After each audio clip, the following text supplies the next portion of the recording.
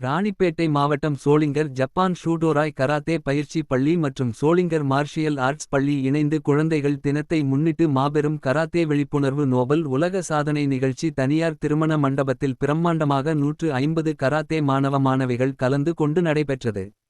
இதில் சோளிங்கர் தலைமை பயிற்சியாளர் கார்த்தி தலைமை தாங்கினார். வித்யாபீடம் பள்ளியின் தாளாளர் திவ்யபாரதி, இந்திய கராத்தே சாம்பியன் ரமேஷ் மாஸ்டர் ஆகியோர் குத்து விளக்கு தொடங்கி வைத்தார்கள்.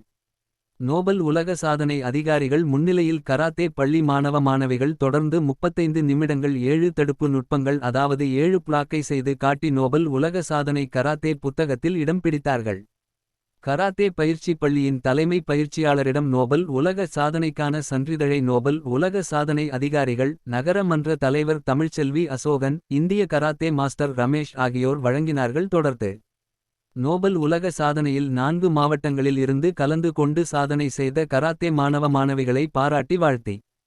சோளிங்கர் நகராட்சி மன்ற தலைவர் தமிழ்ச்செல்வி அசோகன், திமுக தலைமை செயற்குழு உறுப்பினர் அசோகன் அவர்கள் வெற்றி பெற்ற மாணவ மாணவிகளுக்கு பதக்கம் மற்றும் சான்றிதழ்கள் வழங்கி கௌரவித்தார். அப்போது சோளிங்கர் நகர காவல் உதவி ஆய்வாளர், சோளிங்கர் நகர்மன்ற உறுப்பினர்கள், ராணிப்பேட்டை மாவட்ட தலைவர் மாரிமுத்து மாஸ்டர் ஜெகன், வேலு, பிரேம்குமார், கோகுல், சாரதி, சக்திவேல், தர்ஷன் ஆகியோர் தலைமை மாஸ்டர்களும் பெண் பயிற்சியாளர்கள் மாதவி, சோனியா, ஹரிணி, ஆனந்தி, எழிலி மற்றும் பூஜா ஆகியோர் உடன் இருந்தார்கள். நிகழ்ச்சியின் முடிவில் கராத்தே